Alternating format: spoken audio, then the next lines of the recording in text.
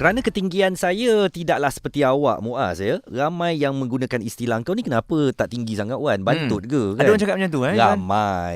Jadi sebenarnya dalam pada kita ni nak buat lawak tentang bantut, jangan tak tahu bahawa masalah anak-anak kita yang bantut ini adalah satu masalah yang serius dan hampir 4 juta kanak-kanak di Malaysia yang terkesan akibat masalah pertumbuhan ini atau dalam kalangan masyarakat memang popular dengan istilah bantut. Betul, dan mungkin ada juga di antara kita yang menafikan dan tidak berkongsikan mengenai anaknya yang bantut ini. Sebab malu mungkin. Jadi sebab itulah kita kena sama-sama memberikan penerangan mengenai kanak-kanak yang berisiko bantut ni. Sebab apa? Kan, dan bagaimana untuk kita sama-sama menanganinya. Kita bersama dengan Dr. Yap Jo Wen. Beliau adalah pakar pediatrik di Hospital Pakar KPJ Sentosa, Kuala Lumpur.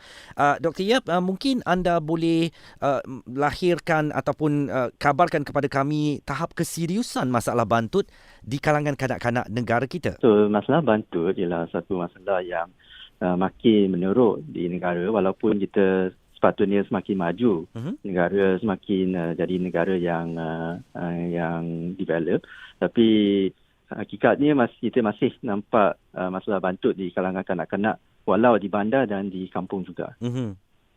Dan apakah sebenarnya akibat masalah bantut ini? Apakah dari pemakanan ibu bapa ataupun genetik? Mungkin boleh doktor terangkan. Ya, soalan yang bagus. Dalam beberapa tahun yang pertama kan, dalam antara 3 ke 4 tahun yang pertama, faktor yang utama ni ialah faktor pemakanan. Dan inilah untuk kanak-kanak yang tak ada penyakit-penyakit yang kronik. So, faktor pemakanan ialah faktor yang utama. So, ramai ibu bapa dia salah faham, dia ingat, ini faktor keturunan.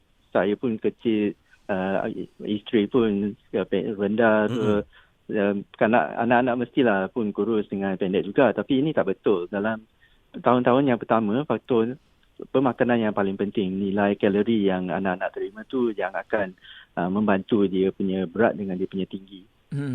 Jadi doktor, kalau kita lihat, adakah masalah bantut ini boleh dikesan seawal dalam kandungan lagi ataupun ianya memang berlaku apabila semakin meningkat usianya? Semasa dalam kandungan, kalau seseorang ibu tu dia kurang mengamalkan pemakanan yang seimbang, so kita akan lihat baby dalam kandungan dia punya berat dan panjangnya pun akan ada kesan walau sebelum dilahirkan. Tapi kebanyakan kesnya dikesan selepas baby itu lahir, dan terutamanya semasa baby mula merangkak atau berjalan ke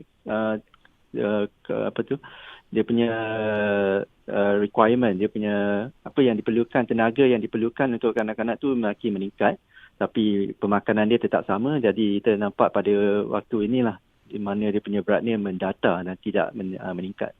Sebagai seorang lelaki atau individu yang berketinggian 162 cm, doktor, ibu saya pernah meminta saya untuk bergayut di tangga, di pokok, supaya saya dapat melonjongkan kaki saya dan ia boleh membantu pertumbuhan fizikal saya supaya lebih tinggi lagi. Fakta atau auta, doktor? Malangnya ialah tidak betul. Jadi awak bergayutlah di mana kalau ada masalah bantut ini, memang ia tidak boleh dibantu secara latihan harian, doktor, ya?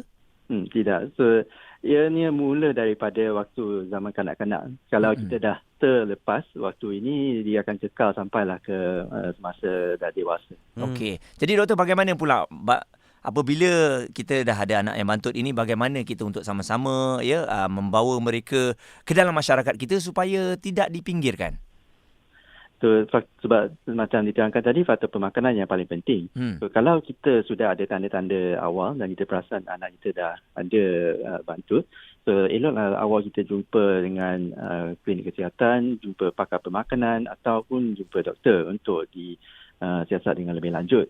So kalau kita tak jumpa apa-apa masalah kesihatan, masalah medical, so yang selebihnya ialah tugas untuk pakar pemakanan untuk menasihatkan berapa banyak kalori yang dimakan, apa kelas-kelas makanan yang dimakankan. Sebab kita pun kena fikir tentang makanan yang seimbang, termasuk dia punya makronutrien, karbohidrat, protein, lemak, termasuk dengan dia punya mikronutrien yang termasuk zat-zat kita seperti vitamin, zat besi, magnesium dan sebagainya. So semua ni kena ada untuk seseorang kanak-kanak membesar dengan elok. Itu dia Dr. Yap Jo Wen. Beliau adalah pakar pediatrik di Hospital Pakar KPJ Sentosa Kuala Lumpur, bercakap tentang 4 juta kanak-kanak di negara kita berisiko bantut dan kini mendapat perhatian daripada Kementerian Kesihatan Malaysia supaya keadaan itu yang dilabelkan sebagai sedikit kritikal di Kelantan, Pahang dan Terengganu serta Putrajaya dapat dikawal di Malaysia.